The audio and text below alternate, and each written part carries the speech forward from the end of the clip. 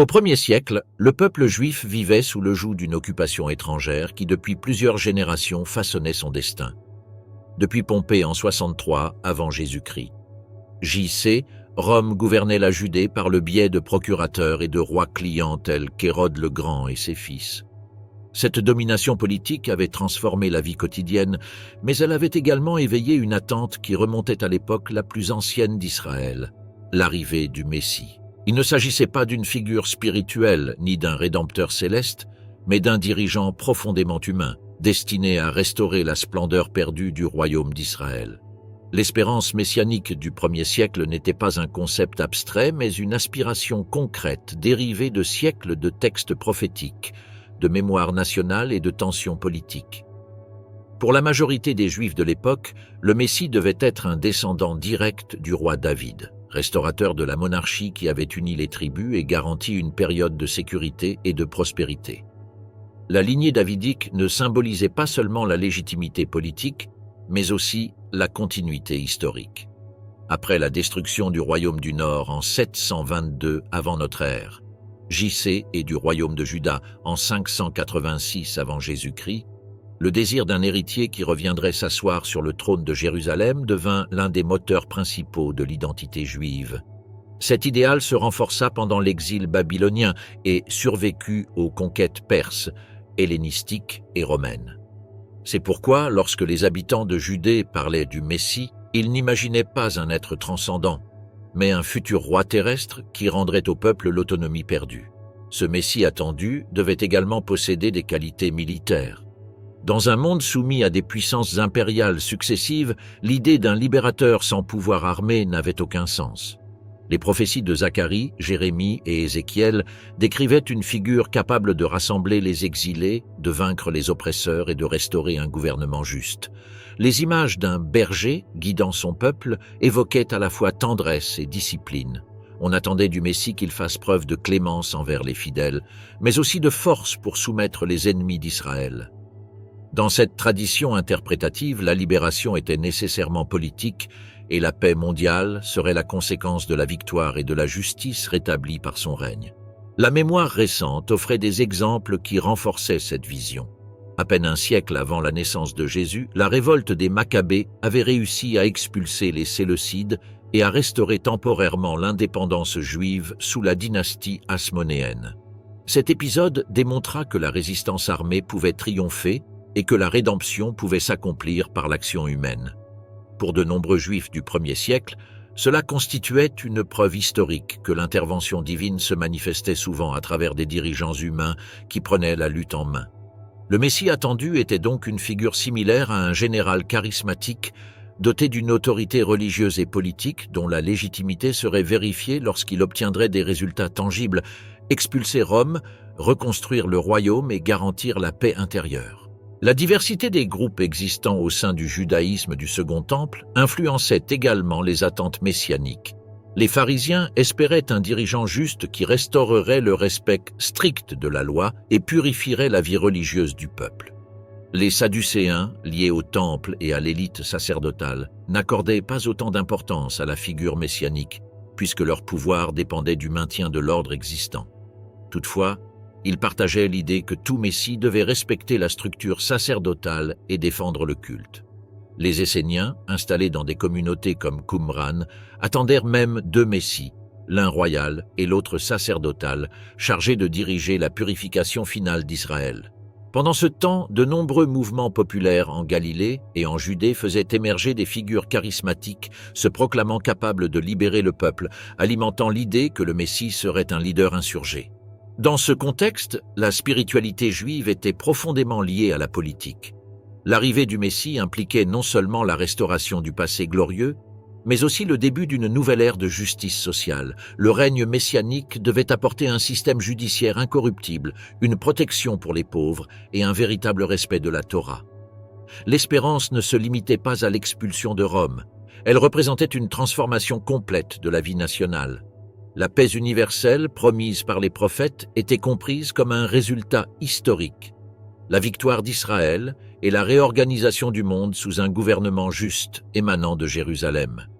La société du 1er siècle était traversée par des tensions qui rendaient cette attente encore plus urgente. La présence militaire romaine, les impôts, les abus des collecteurs, les tensions entre les élites collaboratrices et les populations populaires, tout contribuait à créer un climat d'anxiété messianique. Des mouvements comme celui de Judas le Galiléen ou celui des Zélotes exprimaient cette conviction que seul un leader inspiré par Dieu pourrait libérer définitivement Israël. L'arrivée du Messie était considérée comme le moment où l'oppression prendrait fin et où l'ordre divin se manifesterait dans l'histoire humaine. La géographie jouait également un rôle symbolique. Jérusalem était le centre de l'univers religieux juif, le lieu où le Messie devait se manifester pour revendiquer la souveraineté perdue. Le temple, encore debout avant l'an 70, représentait la présence divine et l'axe de l'identité nationale. Sa destruction ultérieure marquerait une rupture définitive, mais au 1er siècle, il fonctionnait encore comme le cœur politique et spirituel d'un peuple qui attendait la rédemption. Selon la tradition, le Messie devait se présenter dans la ville sainte, la purifier et gouverner depuis là toutes les nations. Le concept juif du Messie traverse le concept chrétien. Les concepts de Messie dans le judaïsme et le christianisme naissant ont commencé à diverger de manière radicale, même si les deux utilisaient le même mot hébreu, Mashiach, oin.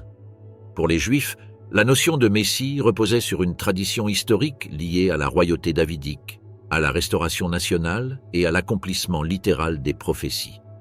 Pour les premiers chrétiens, en revanche, la figure de Jésus inaugurait un sens complètement nouveau qui transformerait rapidement le terme en une catégorie théologique de dimension spirituelle et universelle. Ces différences ne se sont pas développées du jour au lendemain. Elles sont nées du contexte politique, des attentes frustrées et de la réinterprétation constante des textes sacrés à la lumière des expériences de chaque communauté. Le judaïsme du Second Temple comprenait le Messie comme un leader humain, non comme un être divin.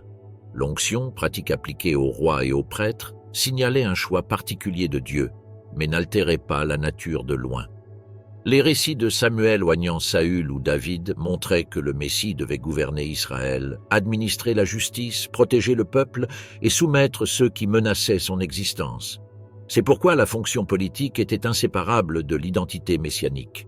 Un Messie sans pouvoir temporel, sans capacité à libérer Israël, ne pouvait pas accomplir le rôle attendu.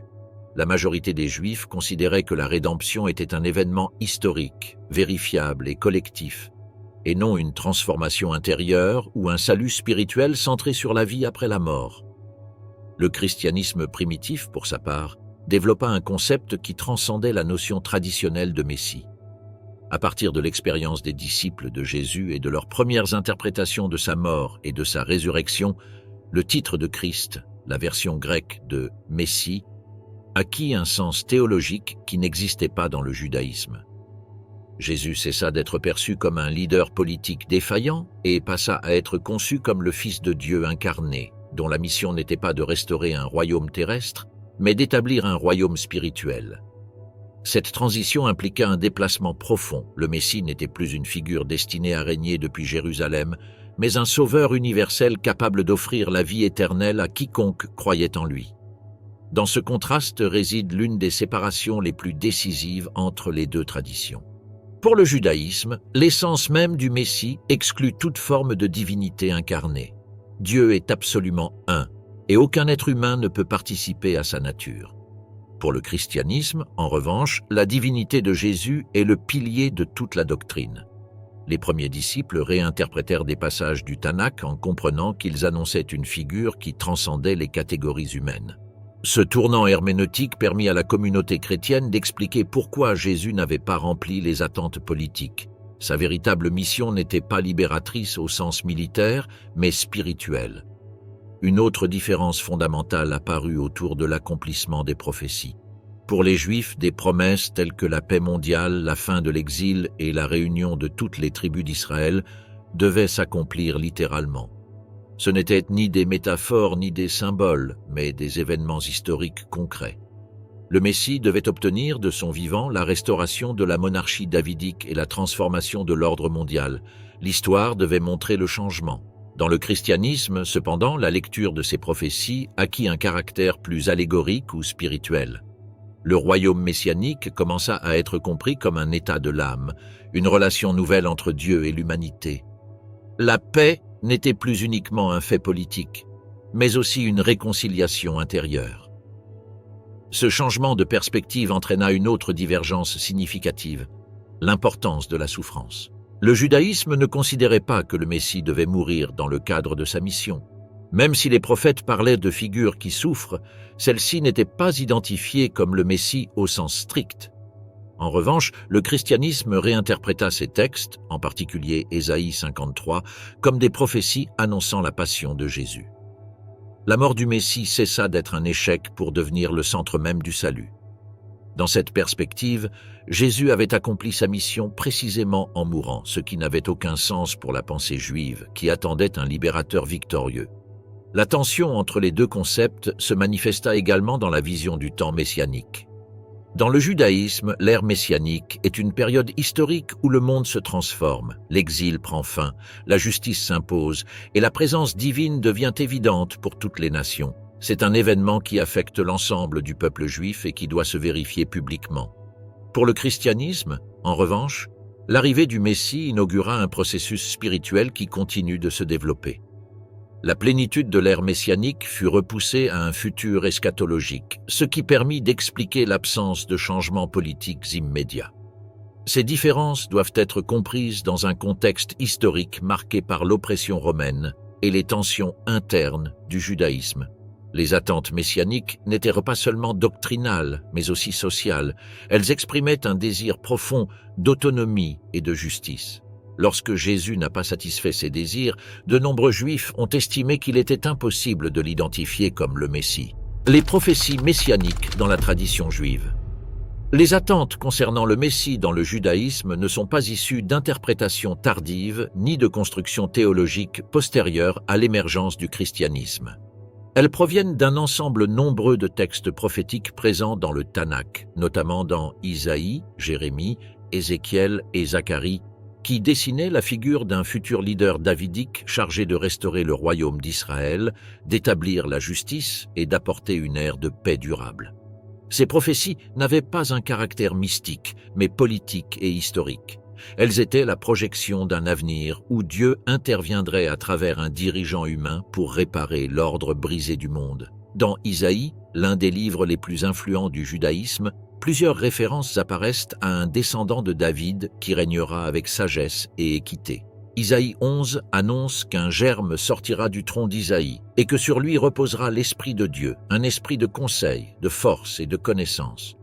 Ce Messie exercera un jugement parfait, protégera les pauvres et punira les méchants. L'image finale du chapitre décrit un monde transformé. Le loup habitera avec l'agneau, symbole d'une paix si profonde que même la nature reflètera l'ordre restauré.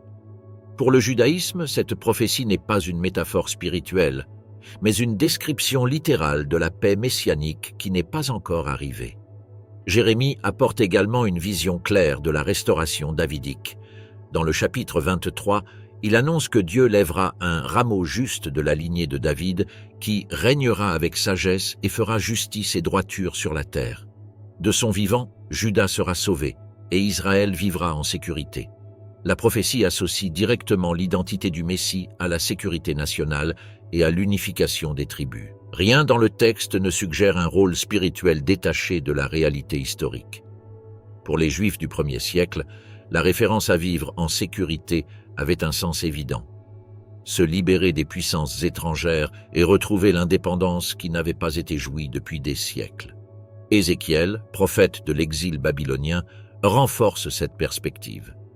Dans les chapitres 37 et 40 à 48, il imagine une restauration totale d'Israël, le retour des exilés, la réunification des 12 tribus, la reconstruction du temple et l'instauration d'un dirigeant appelé « mon serviteur David ». La figure messianique apparaît comme un pasteur qui prend soin du peuple et garantit la justice. L'accent est mis sur le communautaire et l'institutionnel.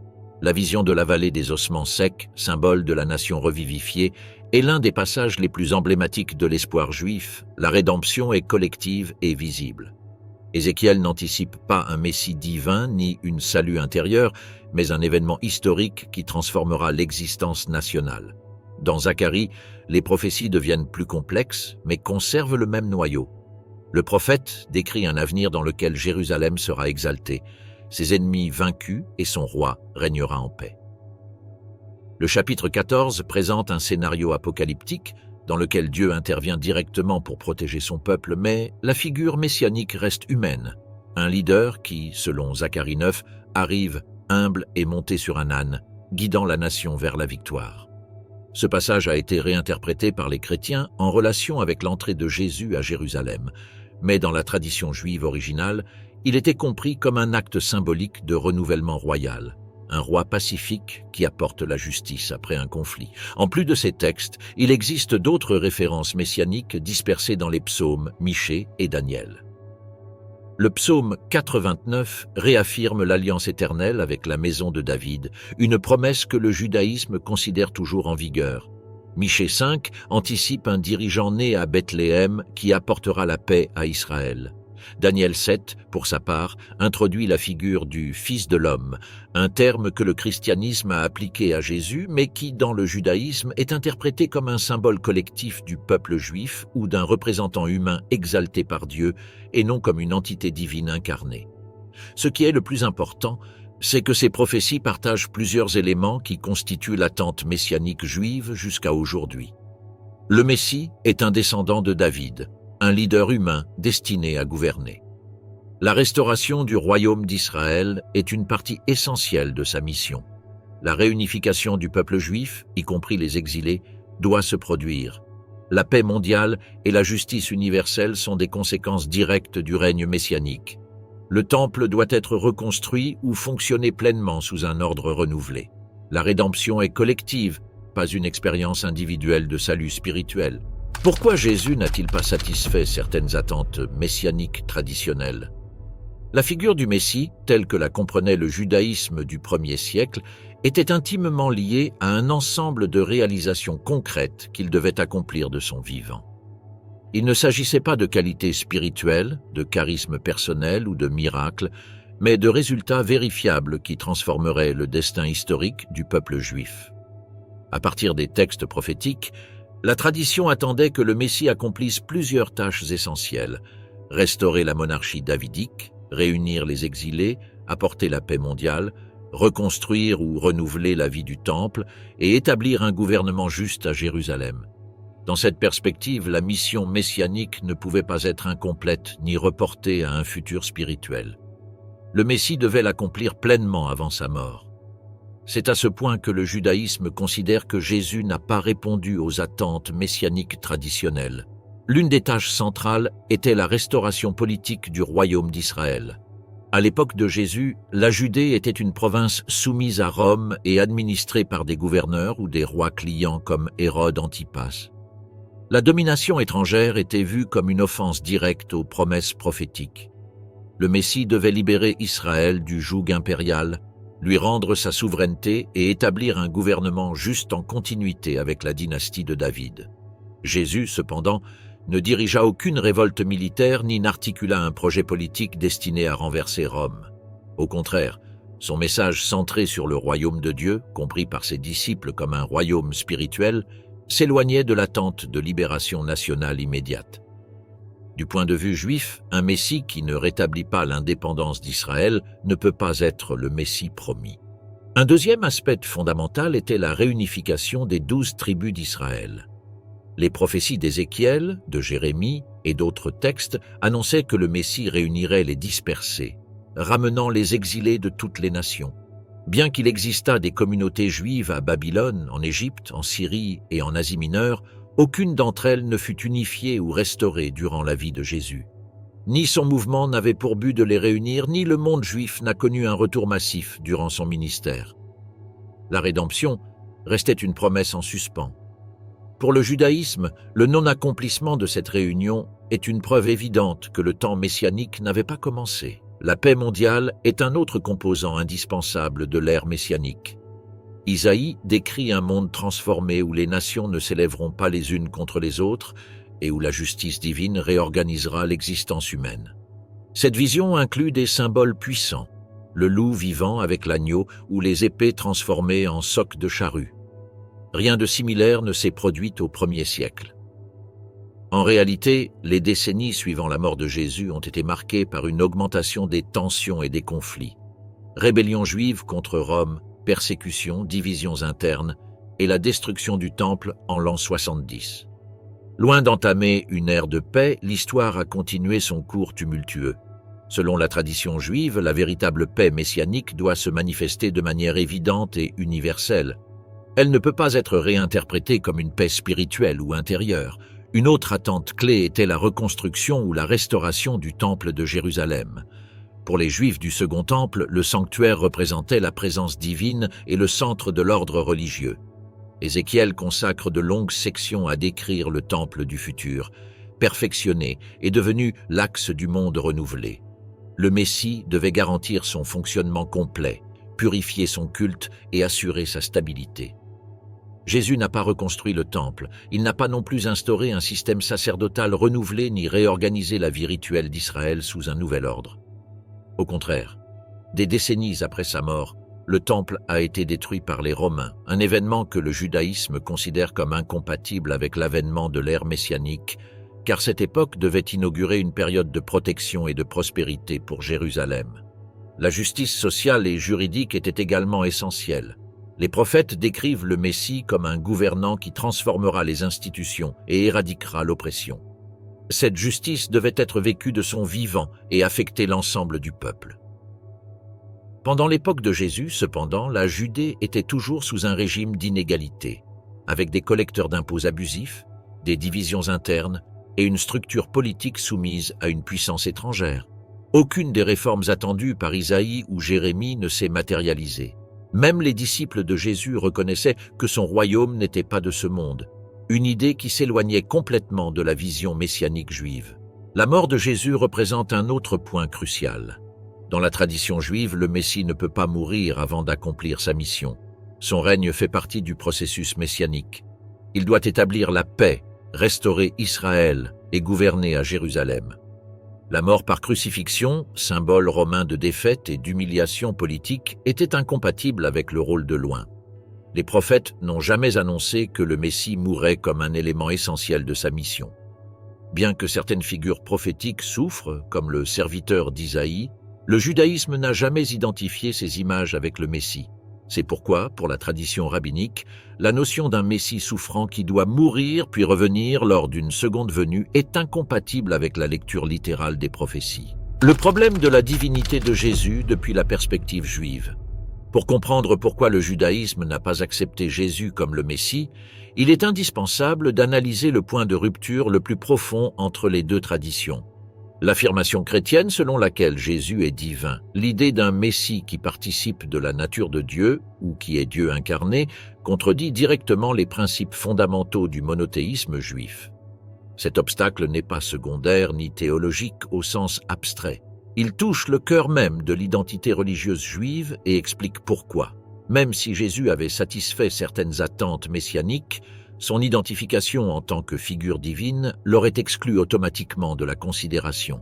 Le judaïsme repose sur la conviction absolue de l'unité et de l'unicité de Dieu, un principe exprimé dans la prière centrale du schéma. « Écoute, Israël, le Seigneur est notre Dieu, le Seigneur est un ». Cette déclaration n'est pas seulement un dogme, mais une structure spirituelle, éthique et culturelle qui détermine la manière dont les Juifs conçoivent la relation entre Dieu et le monde.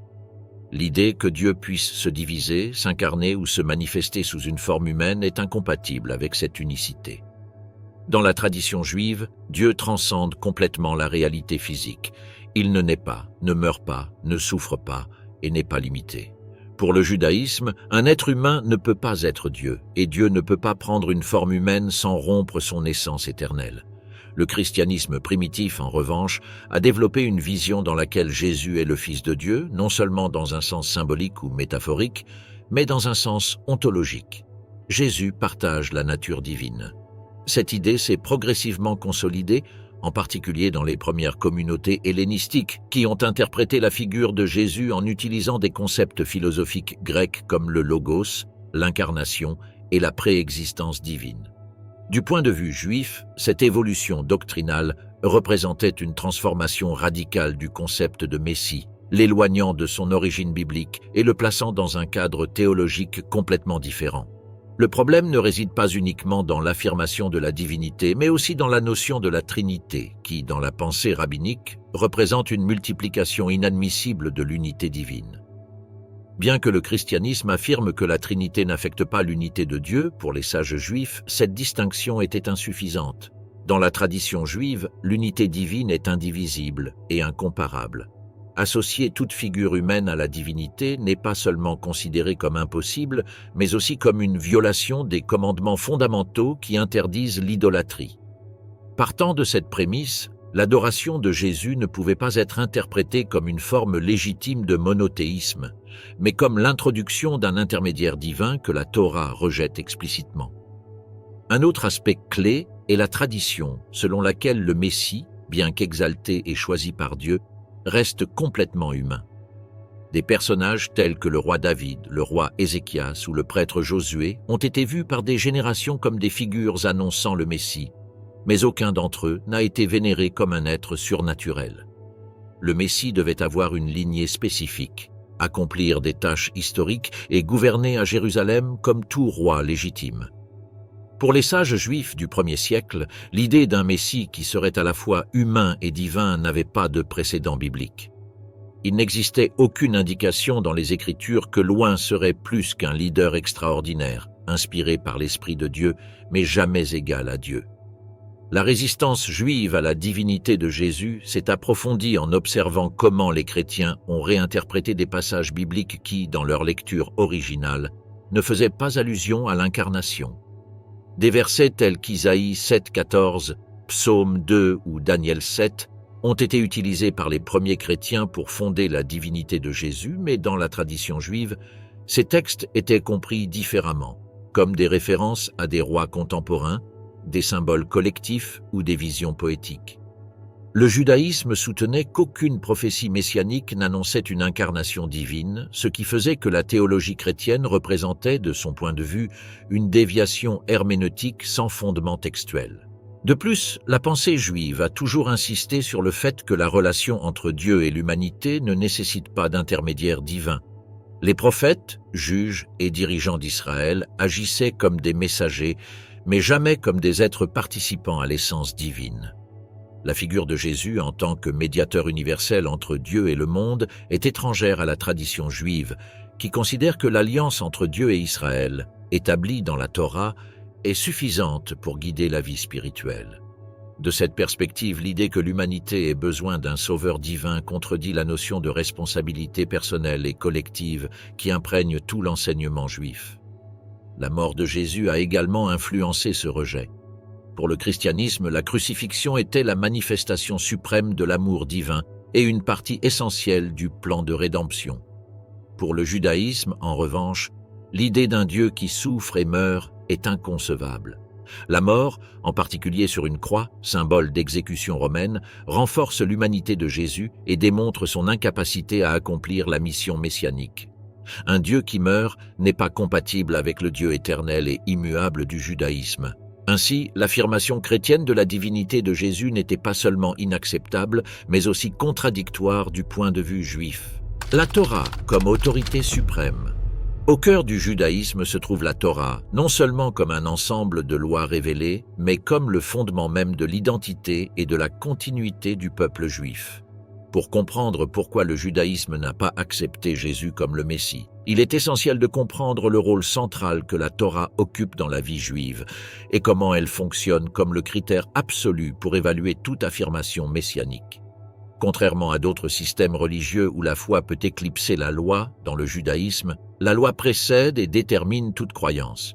C'est pourquoi la figure du Messie, quelle qu'elle soit, doit être subordonnée à la Torah et la respecter parfaitement, sans introduire de changement, de réinterprétation ou d'abrogation qui la contredirait. L'autorité de la Torah est directement liée à la révélation du Sinaï, comprise comme le moment fondateur où Dieu a accordé au peuple juif un code de vie complet, éternel et inaltérable. Cette révélation comprenait non seulement les 10 commandements, mais aussi un large corpus de normes qui réglaient tous les aspects de l'existence, le civil, le rituel, l'éthique et le spirituel. Selon la tradition juive, aucune figure postérieure ne peut modifier la Torah. Le texte biblique lui-même affirme qu'il ne faut rien y ajouter ni en retirer. Ainsi, lorsque le judaïsme analyse tout mouvement ou maître religieux, le premier critère est la stricte fidélité à ce corpus normatif. Ce principe entre en conflit direct avec la perception qu'avaient les disciples de Jésus de sa personne et de ses enseignements. Bien que les évangiles le présentent comme un maître de la loi juive, ils montrent également des épisodes où son interprétation s'éloigne de la halakha traditionnelle. Les récits concernant le sabbat, la pureté rituelle ou la relation avec l'autorité du temple reflètent les tensions entre le message que Jésus enseignait et la pratique normative du judaïsme du Second Temple. Du point de vue juif, tout maître qui relativiserait des préceptes centraux ou qui introduirait une hiérarchie spirituelle différente contreviendrait à l'autorité absolue de la Torah. Cela ne signifie pas que le judaïsme s'opposait à l'interprétation ou au développement de la loi. La tradition rabbinique a toujours reconnu la nécessité d'étudier, de débattre et d'appliquer la Torah à de nouveaux contextes. Ce qui ne pouvait pas être accepté, c'était l'idée qu'un individu, même charismatique ou inspiré, ait l'autorité de substituer la Torah par un message alternatif. La halakha se développait collectivement, par la discussion et le consensus entre les sages et non par des décrets individuels.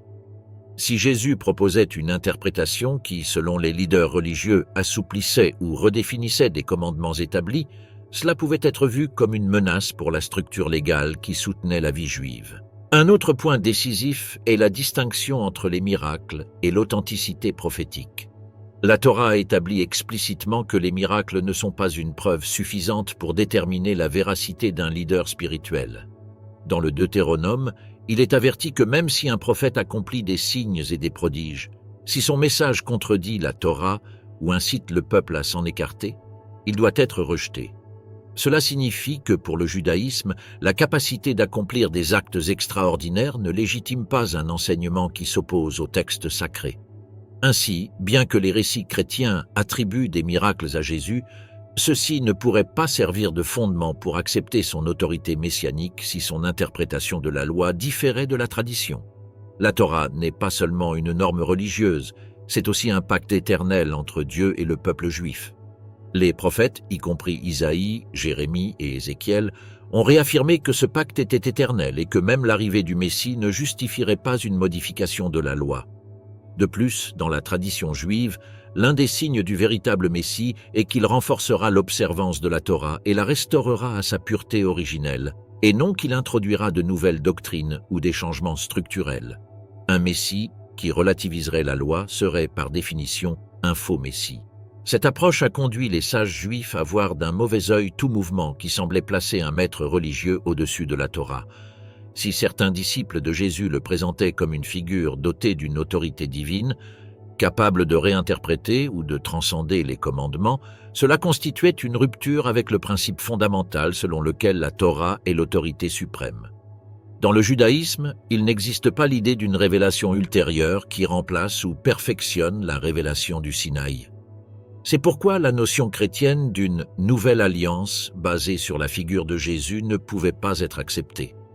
De plus, la Torah établit des critères spécifiques pour identifier les faux prophètes ou les leaders susceptibles d'induire le peuple en erreur.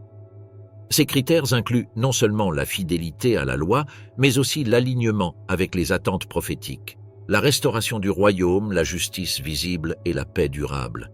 Étant donné qu'aucun de ces signes ne s'est manifesté pendant la vie de Jésus, les sages avaient des raisons supplémentaires de considérer que sa figure était incompatible avec l'identité messianique. L'autorité suprême de la Torah explique également pourquoi le judaïsme a survécu à la destruction du temple et à l'absence d'une figure messianique reconnue. La loi agissait comme un élément unificateur capable de maintenir la vie communautaire même sans institution centrale. La continuité juive ne dépendait pas de l'apparition immédiate du Messie, mais de l'observance constante de la Torah. Le rôle des leaders religieux du 1er siècle et leur opposition à Jésus. Au 1er siècle, la structure religieuse de la Judée fonctionnait en étroite relation avec le pouvoir politique.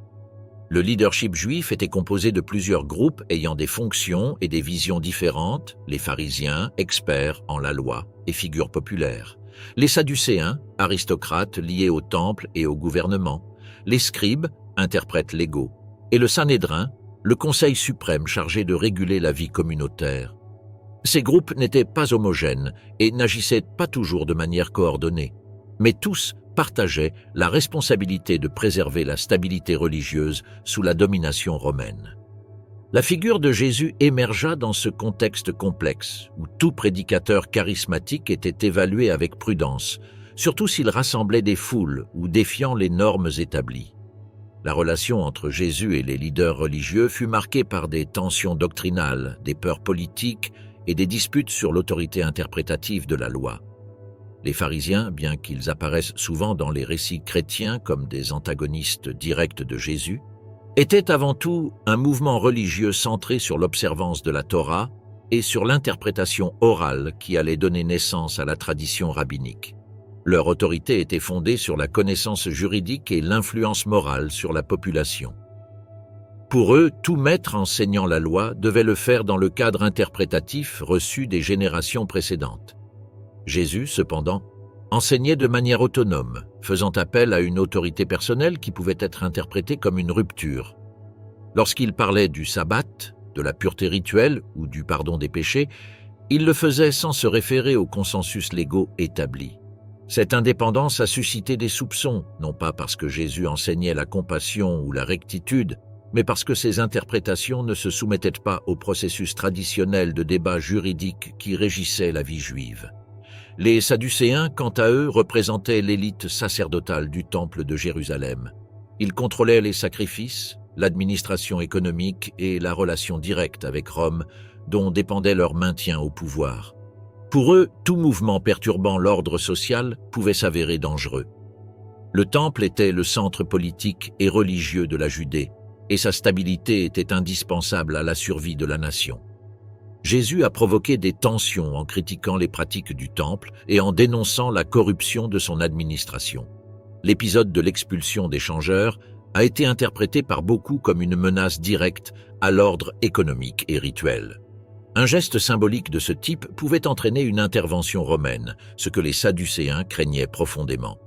C'est pourquoi leur opposition à Jésus n'était pas seulement doctrinale, c'était aussi une stratégie préventive pour éviter des représailles impériales.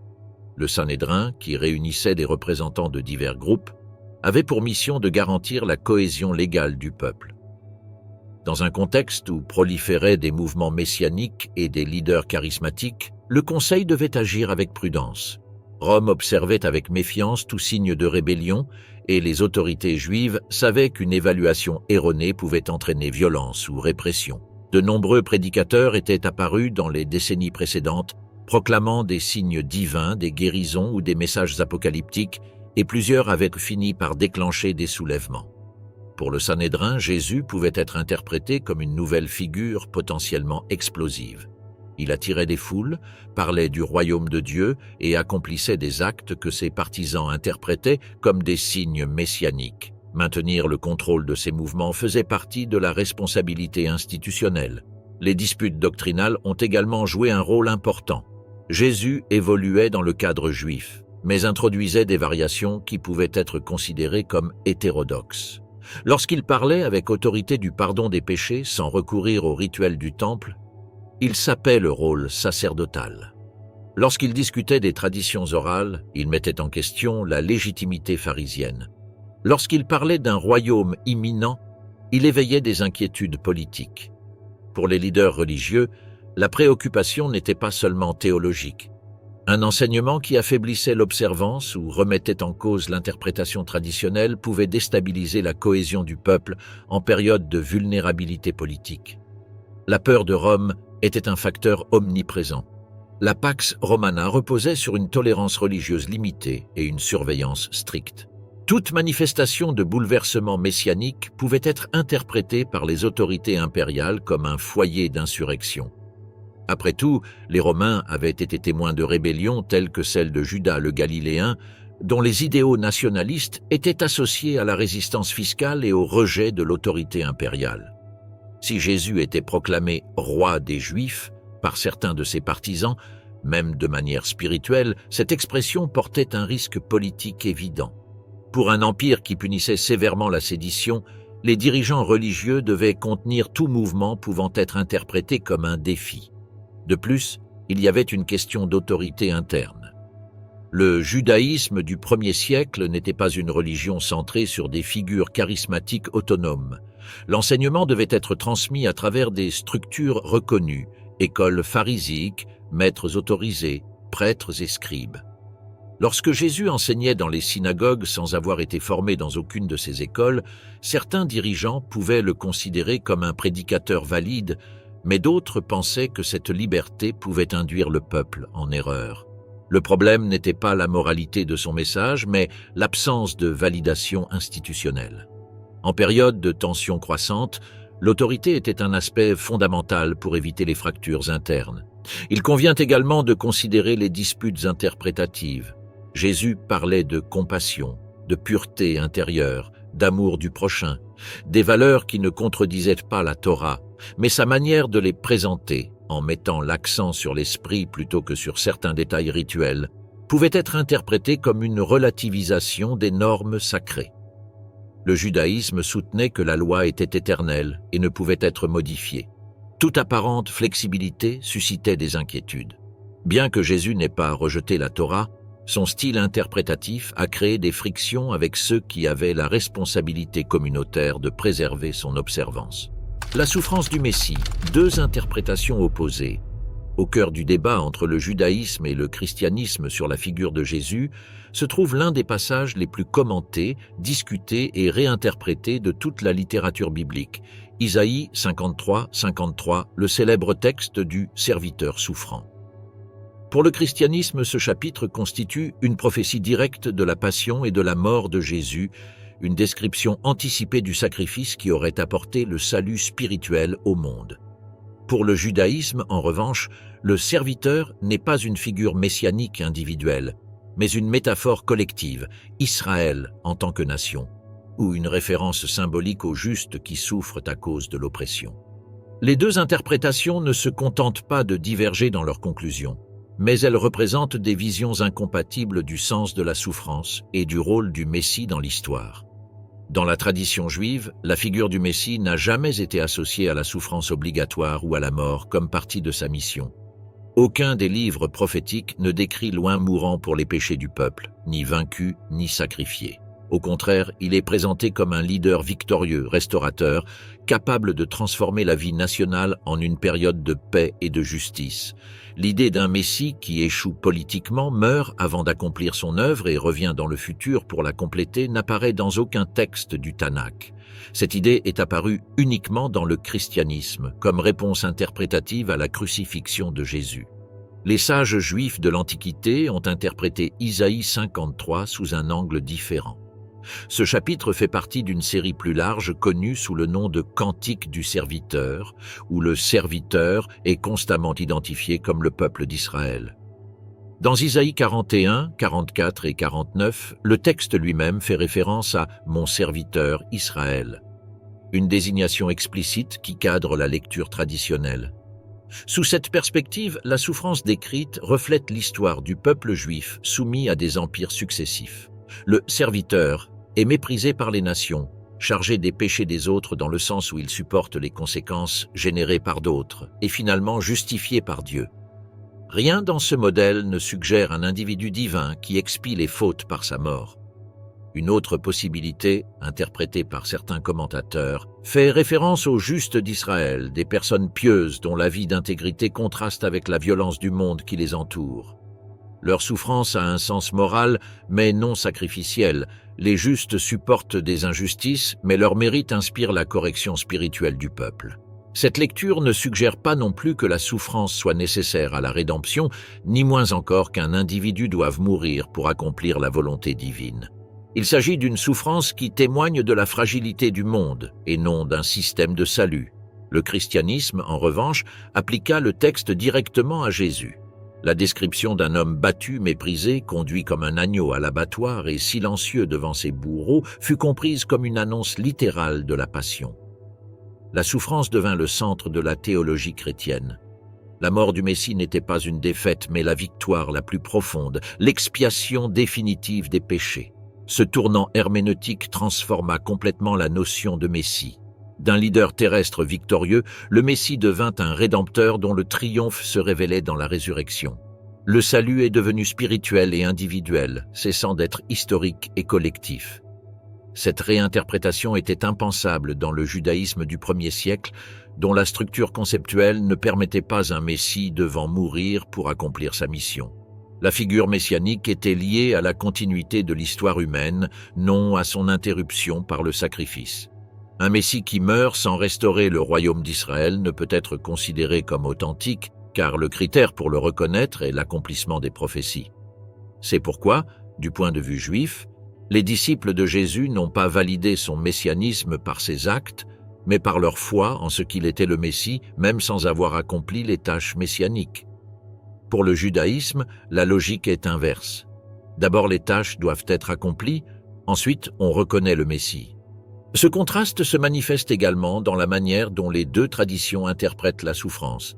Dans le judaïsme, la souffrance est une condition humaine, une expérience historique qui peut avoir un sens éthique ou correctif, mais elle n'est jamais un canal par lequel une figure humaine purifie spirituellement les autres.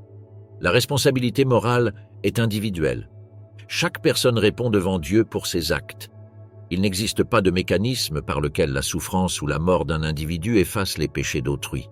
L'idée d'expiation vicariante, c'est-à-dire quelqu'un mourant pour racheter les autres, ne fait pas partie de la pensée juive postérieure au Temple. En revanche, pour le christianisme primitif, la crucifixion posait un dilemme central. Comment le Messie pouvait-il mourir? La réponse fut révolutionnaire. Sa mort n'était pas un échec, mais le noyau du plan divin. Isaïe 53 est ainsi devenu la clé permettant de réinterpréter le destin de Jésus. La première communauté chrétienne y trouva le langage nécessaire pour expliquer ce qui, autrement, aurait semblé une contradiction insurmontable. Le Messie souffrait parce que sa mission spirituelle transcendait la restauration politique. Son sacrifice inaugurait une nouvelle alliance entre Dieu et l'humanité. La lecture juive, cependant, maintient que cette réinterprétation force le sens original du texte. Isaïe 53 ne se trouve pas isolé. Il est entouré de chapitres où le serviteur est Israël. Le contexte littéraire soutient une lecture nationale ou collective. De plus, le passage décrit une souffrance passée, non un événement futur devant être accompli par un individu spécifique. De ce point de vue, l'appropriation chrétienne du texte reflète une relecture postérieure motivée par le besoin de comprendre le destin de Jésus. La destruction du Temple en l'an 70 et la séparation définitive entre le judaïsme et le christianisme. Lorsque le Temple de Jérusalem tomba en l'an 70 de notre ère, rien ne fut plus pareil pour le peuple juif ni pour le mouvement chrétien naissant. La destruction du sanctuaire marqua une rupture historique qui scella deux voies religieuses distinctes. Bien que les Juifs et les premiers chrétiens aient cohabité pendant des décennies dans un espace doctrinal partagé, l'impact du siège romain transforma les différences en frontières irréversibles. Dans la dévastation du Temple, les deux groupes interprétèrent l'événement de manière totalement opposée, ce qui approfondit la séparation entre eux et consolida deux identités divergentes. Le conflit avait commencé des années avant, lorsque les tensions entre le peuple juif et l'Empire romain s'étaient intensifiées. Les abus administratifs, les impôts excessifs, les provocations des procurateurs et les tensions entre les factions internes éclatèrent finalement en la grande révolte juive de l'an 66. Jérusalem se retrouva plongée dans une guerre civile, tandis que Rome préparait une offensive massive pour écraser la rébellion. La ville, divisée entre les zélotes, les prêtres et différents groupes nationalistes, résista avec férocité. Dans ce contexte d'agitation politique et religieuse, les disciples de Jésus, qui faisaient encore partie du monde juif, observaient un conflit qui les plaçait dans une position ambiguë. Ils étaient juifs, mais avec une compréhension différente de l'identité et de la mission du Messie. Le général Titus, envoyé par son père Vespasien, arriva à Jérusalem en l'an 70 pour réprimer l'insurrection. Le siège fut brutal. La ville fut encerclée, la famine dévasta la population et les factions internes continuèrent à se battre entre elles. Les textes historiques, y compris le récit de Flavius Joseph, décrivent des scènes de chaos extrême, d'incendies, de pillages et de massacres. La destruction du Second Temple fut un coup sans précédent. Avec lui disparut l'axe institutionnel qui avait défini la vie religieuse juive depuis le retour de l'exil babylonien. Pour le judaïsme, La chute du temple ne signifia pas la fin de son identité, mais la nécessité de réorganiser toute sa structure spirituelle. Sans sacrifice, sans sacerdoce actif et sans un sanctuaire servant de centre unificateur, le judaïsme rabbinique commença à prendre forme. Les sages se réunirent à Yavne sous la direction de Rabban Yohanan ben Zakkai, établissant un système basé sur la Torah, l'interprétation légale et la vie communautaire, qui préserva la religion même sans temple. Cette transformation permit au judaïsme de survivre à la destruction et de maintenir sa continuité historique, bien qu'au prix de l'abandon d'un modèle centré sur le culte sacrificiel. Pour les disciples de Jésus, en revanche, la destruction du temple prit une signification différente. Beaucoup de chrétiens interprétèrent l'événement comme une confirmation de leur croyance, selon laquelle Jésus avait inauguré une nouvelle alliance qui remplaçait le rôle du sanctuaire physique. L'idée que Dieu n'avait plus besoin de sacrifices animaux et que la mort de Jésus accomplissait une fonction expiatoire définitive permit au christianisme de survivre sans dépendre du temple. La séparation entre le message de Jésus et le rituel du temple s'accentua, et la destruction fut comprise par certains comme un signe de validation théologique. Cette interprétation, bien qu'elle ne fût pas universelle, accéléra la distance entre les deux communautés. Le judaïsme, en revanche, n'accepta jamais cette lecture. Pour les sages, la destruction ne rendait pas la Torah invalide ni n'annulait les promesses de Dieu. C'était une catastrophe historique provoquée par le pouvoir impérial romain, amplifiée par la désunion interne, mais pas un signe de rejet divin envers le peuple juif. L'exil et la dispersion devaient être affrontés par la fidélité à la loi, la prière et l'espoir en une future rédemption. Le Messie, de cette perspective, n'était pas encore venu, car l'ère messianique devait apporter précisément le contraire de ce qui était arrivé, la protection de Jérusalem, la réunification du peuple et la restauration du temple. La chute du sanctuaire démontrait, pour le judaïsme, que le temps messianique restait en suspens. Le christianisme, pour sa part, connut un processus d'expansion au-delà de la Judée. Après la destruction du temple, les communautés chrétiennes commencèrent à s'implanter en plus grand nombre dans les villes méditerranéennes. Leur message trouva un espace parmi les gentils qui n'étaient pas liés à la structure du culte juif. Cette ouverture renforça l'interprétation selon laquelle le Messie devait avoir une portée universelle, tandis que le judaïsme restait centré sur l'identité nationale et la continuité légale. La séparation devint théologique, sociale et géographique.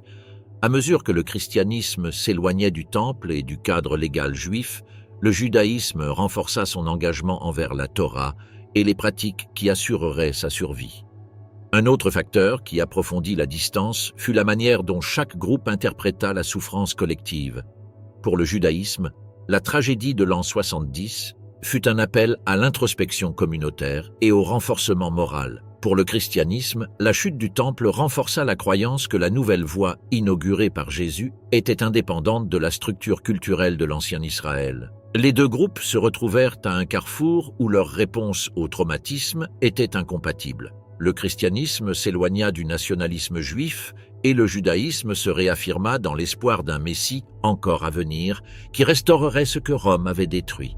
La transmission orale juive, Talmud, et sa vision des ères messianiques. Après la destruction du deuxième temple en l'an 70, le judaïsme s'est réorganisé autour d'un axe qui existait déjà, mais qui allait acquérir une nouvelle centralité. La transmission orale de la loi, connue plus tard sous le nom de la Torah Shebéal-Pé, ou loi orale. Cette tradition, qui incluait des interprétations, des débats juridiques, des enseignements éthiques et des décisions des sages, serait recueillie dans deux œuvres fondamentales, la Mishnah et le Talmud. Bien que ces textes couvrent une immense variété de sujets, leur vision du Messie et des ères messianiques a profondément influencé la manière dont le judaïsme a interprété des figures comme Jésus et, plus largement, comment il a défini ses attentes concernant la rédemption future. Contrairement au christianisme, qui a centré l'espoir messianique sur une personne concrète, le Talmud aborde la question sous un angle juridique, éthique et communautaire. Le Talmud distingue deux concepts essentiels.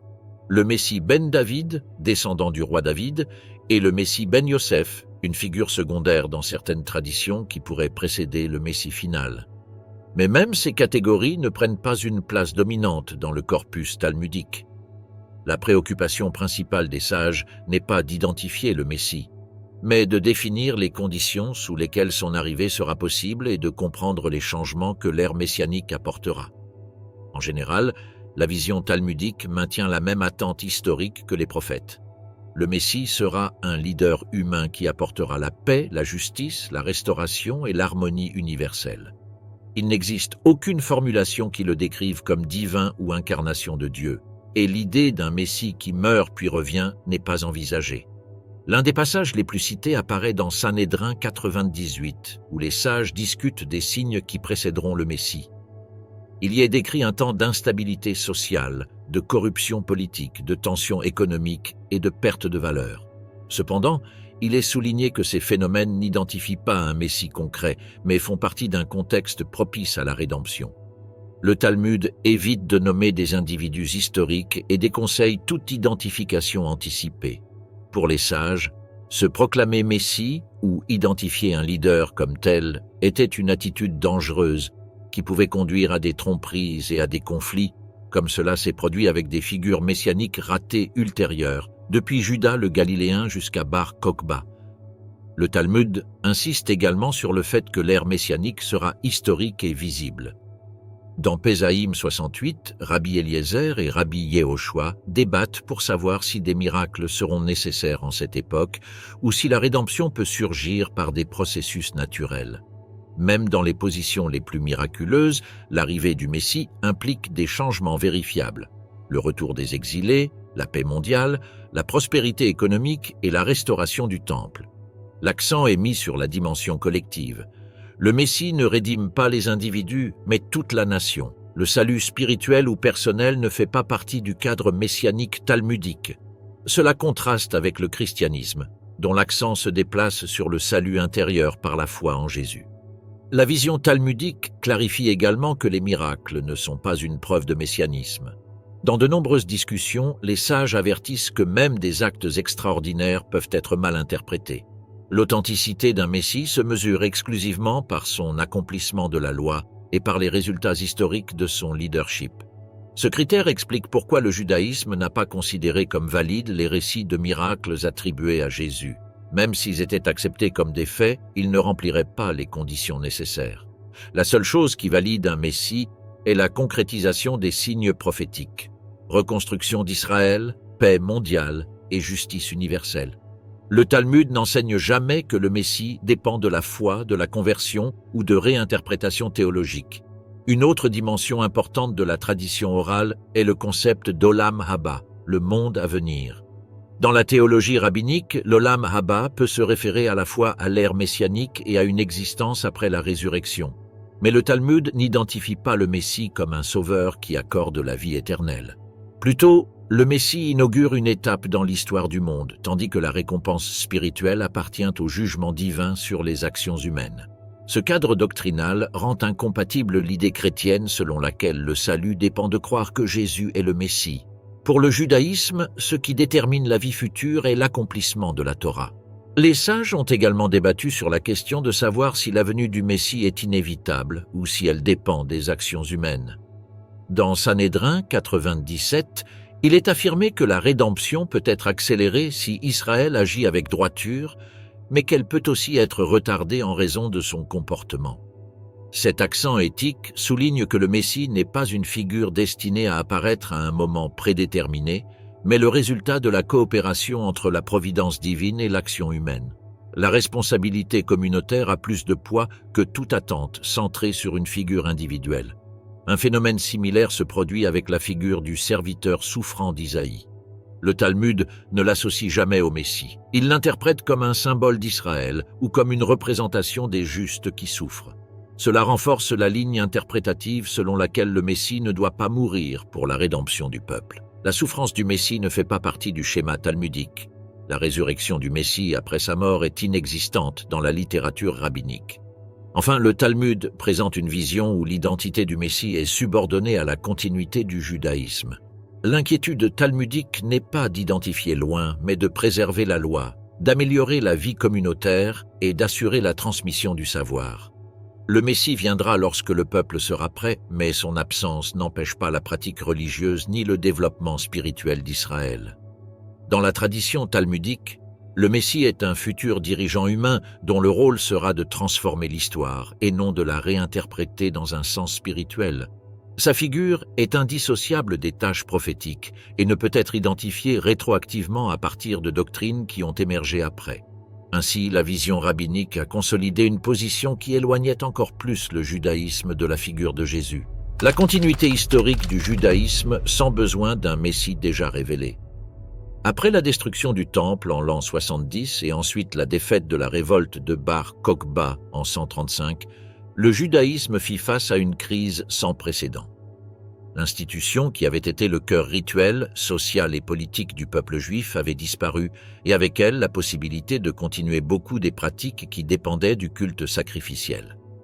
Cependant, contrairement au christianisme naissant qui interpréta ces événements comme des signes de l'accomplissement d'un plan divin centré sur Jésus, le judaïsme reconstruisit son cadre spirituel sans considérer qu'il était nécessaire que le Messie soit déjà venu.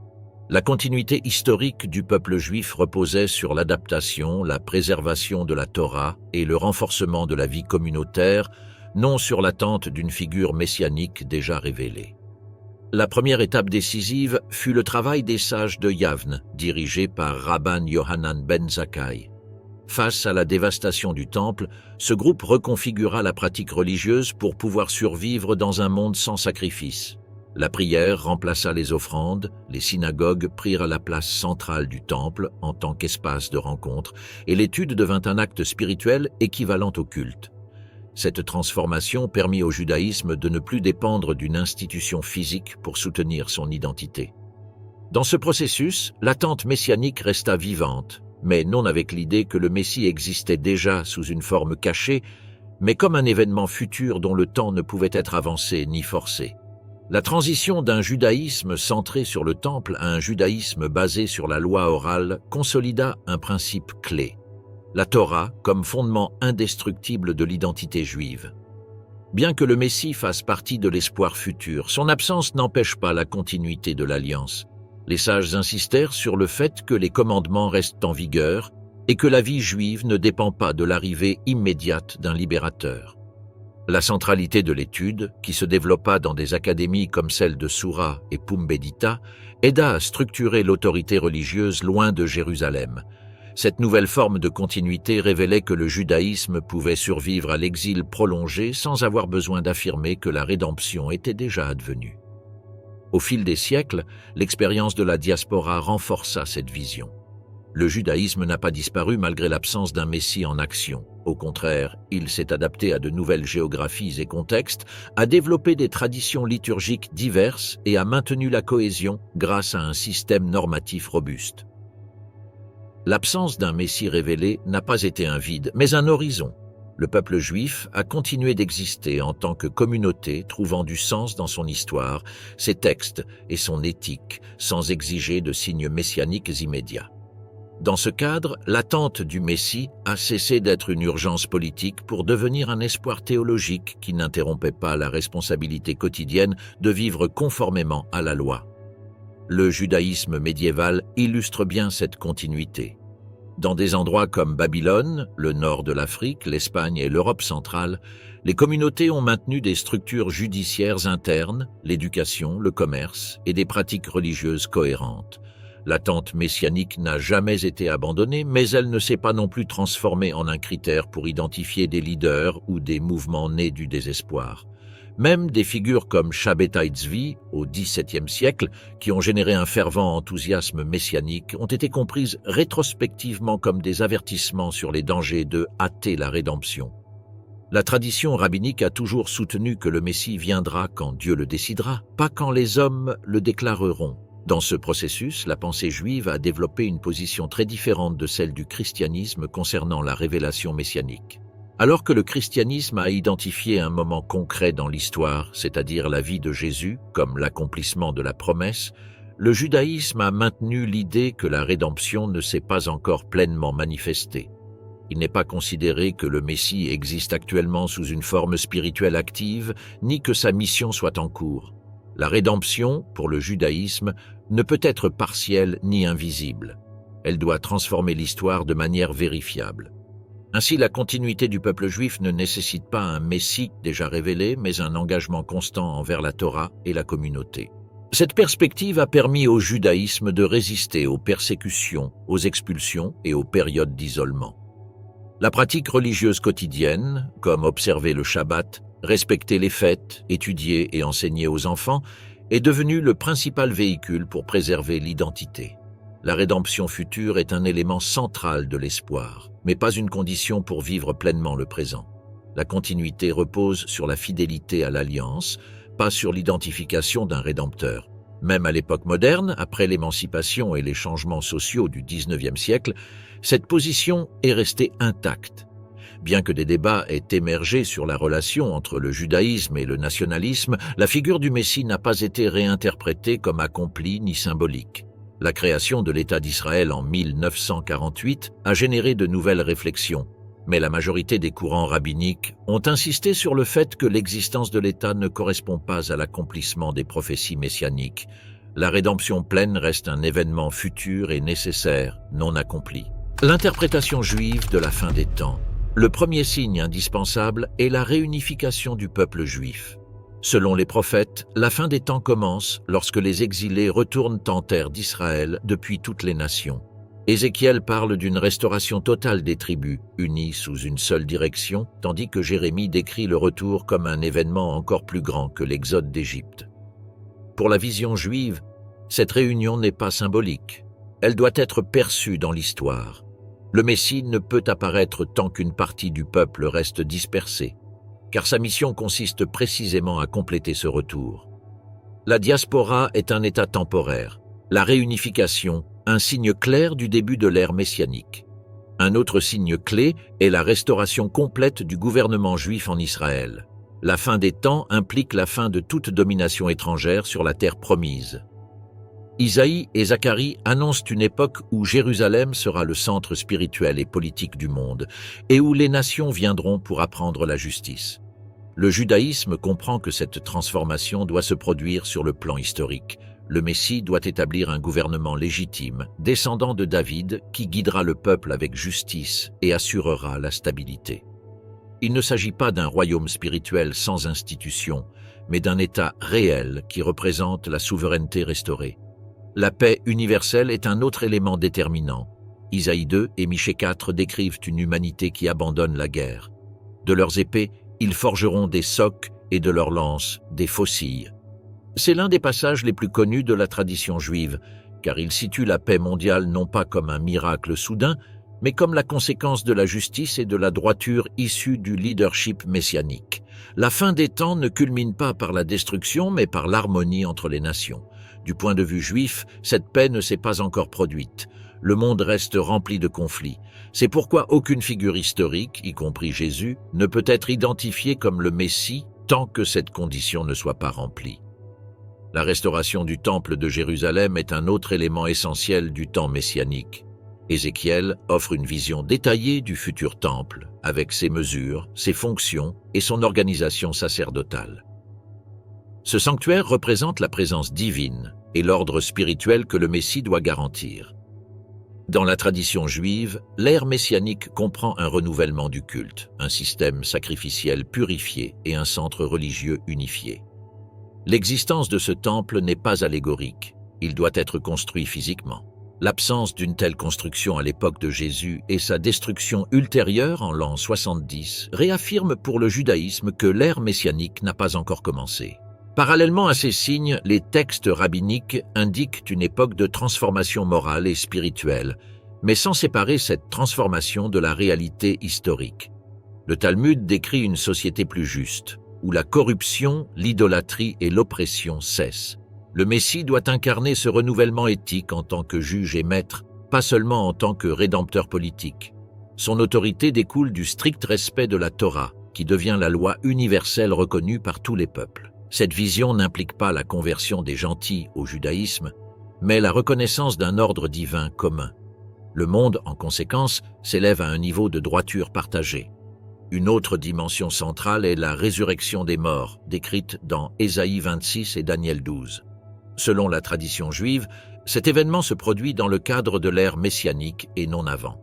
Les sages ont interprété la résurrection comme une réaffirmation de la justice divine et de la continuité de la vie. Mais, contrairement au christianisme, elle n'est pas considérée comme un critère pour identifier un Messie individuel. C'est un événement collectif, postérieur à l'instauration de la rédemption historique, et non un signe légitimant une figure particulière. La fin des temps implique également une purification morale du peuple juif. Ézéchiel 36 décrit un processus dans lequel Dieu retirera le cœur de pierre et le remplacera par un cœur de chair. Cette phrase, si évocatrice, ne se réfère pas à une conversion religieuse individuelle, mais à un renouvellement national. Le peuple déjà réuni dans sa terre reprend la Torah avec un engagement renouvelé. L'ère messianique ne supprime pas la loi, mais la magnifie. À ce stade, le judaïsme se distingue radicalement du christianisme, qui interprète l'arrivée du Messie comme un changement dans la relation avec la loi. Pour la tradition juive, la fin des temps renforcera la Torah, elle ne la remplacera pas. Le rôle de la dispersion et de l'exil dans l'identité messianique juive. L'identité juive contemporaine ne peut être expliquée sans prendre en compte l'expérience prolongée de la dispersion. Depuis la destruction du premier temple en 586 avant Jésus-Christ et plus tard du second temple en 70 après Jésus-Christ, l'exil a été un élément décisif dans l'auto-perception du peuple juif. La diaspora n'a pas seulement signifié la perte d'une terre, mais aussi la création d'un cadre spirituel dans lequel l'espoir messianique a acquis un caractère historique et national. Contrairement au christianisme, qui a situé la rédemption sur un plan spirituel indépendant de la géographie, le judaïsme a toujours maintenu la conviction que la rédemption est indissociable du retour physique en terre d'Israël et de la restauration de la souveraineté. La dispersion, par conséquent, a intensifié les attentes messianiques et a défini les critères par lesquels un Messie doit être évalué. La diaspora a transformé la vie juive, mais n'a pas détruit sa cohésion. En Babylonie, à Alexandrie, à Rome et plus tard en Europe, le peuple juif a développé des structures communautaires, des centres d'études et des traditions liturgiques qui ont préservé l'unité religieuse malgré la distance. Cependant, cette préservation n'a jamais remplacé le désir du retour. Les prières quotidiennes, les fêtes et les textes rabbiniques rappelaient constamment que la dispersion n'était pas une condition définitive, mais un état temporaire qui ne se résoudrait que par l'arrivée du Messie. Chaque génération héritait de cette attente et la transmettait, l'associant directement à la restauration complète d'Israël. L'exil a également modelé la vision de l'histoire. Pour le judaïsme, la dispersion n'était pas un accident politique, mais une conséquence spirituelle liée à la rupture de l'alliance. Les prophètes avaient anticipé que la désobéissance entraînerait la destruction et l'exil, mais ils avaient aussi promis le rassemblement futur du peuple lorsque le Messie établirait un nouvel ordre. La tradition rabbinique a interprété ces prophéties comme un cycle, dispersion, purification, retour. La figure du Messie apparaît ainsi, intégrée à l'expérience historique du peuple, non pas comme une solution spirituelle individuelle, mais comme l'acte final qui referme la blessure nationale ouverte par la perte de la terre. L'universalité de l'exil a conduit le judaïsme à concevoir la rédemption en termes de totalité. Il ne suffit pas que quelques juifs retournent sur la terre. L'attente messianique exige le rassemblement de toutes les tribus dispersées, y compris celles dont l'identité s'est diluée au fil du temps. Cette vision repose sur des passages comme Ézéchiel 37, qui décrit la réunification symbolique de Juda et d'Éphraïm, ou sur les textes d'Isaïe, qui annoncent que Dieu élèvera un drapeau pour les nations, afin que les exilés reviennent.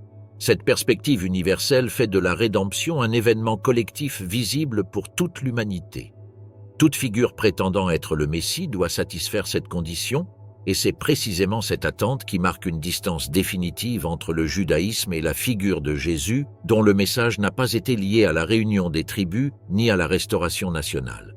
La dispersion a également renforcé l'idée que l'accomplissement messianique doit se manifester de manière indiscutable dans la réalité historique. Dans la diaspora, les Juifs vivaient sous l'autorité de puissances étrangères, soumis à des lois et des contextes culturels étrangers. Cette condition impliquait que la venue du Messie ne pouvait pas être un événement ambigu ou spirituel. Elle devait produire une transformation concrète, le retour en terre, la fin de l'oppression, la restauration de l'indépendance et la reconnaissance internationale d'Israël. L'exil a transformé la rédemption en un processus vérifiable, une réhabilitation visible de l'État national. C'est pourquoi la tradition juive n'a jamais considéré une rédemption symbolique ou intérieure comme suffisante. Les prières qui ont accompagné le peuple juif pendant des siècles témoignent de cette vision. Dans l'Amida, récitée 3 fois par jour, on demande explicitement la réunion des exilés et la restauration du règne davidique. Dans la liturgie de Pessa, on exprime le souhait de célébrer la fête l'année prochaine à Jérusalem. Ces expressions ne sont pas des métaphores spirituelles, mais des affirmations concrètes qui lient la vie religieuse à la géographie et à la politique. L'identité juive a été façonnée par cette mémoire constante de la perte et cet espoir permanent du retour. La dispersion, loin de diluer l'identité, a renforcé son ancrage dans la promesse messianique. L'expérience de l'exil a également renforcé la centralité de la loi Torah comme élément de cohésion. Sans temple et sans royaume, la vie juive s'est articulée autour de l'étude et de la pratique de la loi. Cela a eu des conséquences directes sur la conception du Messie. Une figure qui ne réaffirme pas la Torah ni ne garantit son accomplissement ne peut pas être acceptée. Dans la diaspora, la loi est devenue l'axe qui maintenait l'unité du peuple, et le Messie devait être son protecteur et son restaurateur. L'idée d'un Messie dont la mission transcende ou remplace la loi était incompatible avec l'expérience historique de la diaspora, qui avait fait de l'accomplissement légal l'essence de la survie juive. Une autre conséquence de la dispersion a été la manière dont le judaïsme a interprété les mouvements messianiques ratés. Au cours de l'histoire, plusieurs leaders ont proclamé être le Messie ou ont été considérés comme tels par des secteurs du peuple, notamment en période de crise. Cependant, lorsqu'aucun d'entre eux n'a réussi à rassembler les exilés, à restaurer la souveraineté ou à inaugurer la paix messianique, ils ont été rejetés sans avoir besoin de discussions théologiques complexes. La diaspora a enseigné que, si les signes n'apparaissent pas, la figure n'est pas messianique. Aucune réinterprétation ultérieure, aucune seconde venue ni explication spirituelle n'est nécessaire. Ce critère clair et direct est ce qui a conduit la tradition juive à rejeter l'identification de Jésus comme Messie. La dispersion a également maintenu vivante la conviction que la rédemption finale serait un événement public, reconnaissable par toutes les nations. Les prophètes décrivent un moment où Israël récupère sa place parmi les peuples et où la justice divine se manifeste de manière universelle.